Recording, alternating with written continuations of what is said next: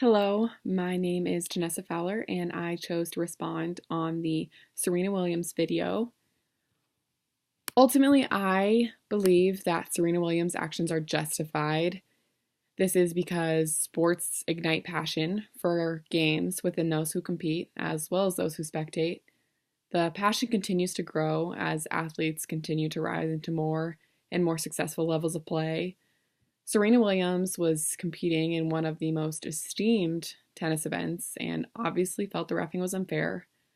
Now, I would have to confess that I've competed in sports for over 16 years, and there have been many times I was frustrated with the referee calls, feeling as though they were not calling the game fairly.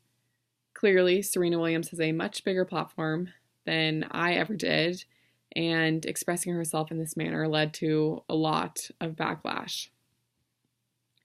Her actions can relate to the text because one of our previous topics this semester discussed the seemingly aggressive nature of athletes. We talked about how the demand for intense, high-level performances may contribute to aggression beyond the field of competition. So, with tennis, which is known for being a high-class sport where everyone is constantly covering up their true emotion to be poised for the media and spectators, you have a female who, historically, is supposed to be calm, cool, collected, pretty on the pitch, and probably grateful she even gets to compete.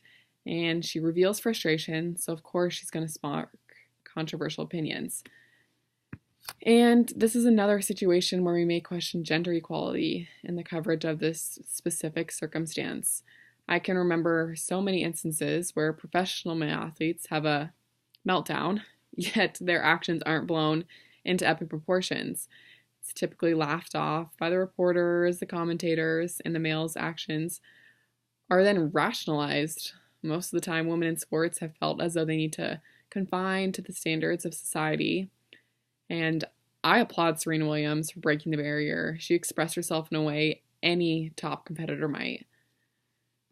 And so with the additional sanctions, and if more or less should have been imposed, I took to Google to see how Serena was punished for her actions.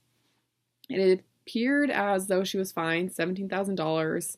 There were various fines for the three big actions that she had during her given tennis performance. And the search also brought out commentary from many other well-known news networks that revealed Serena's meltdown was actually a cry for women's rights.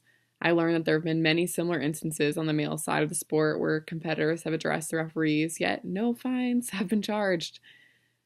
So this leads me to believing that sports should absolutely be a venue for social justice. As we've discussed earlier in the class, sports play a huge role in society.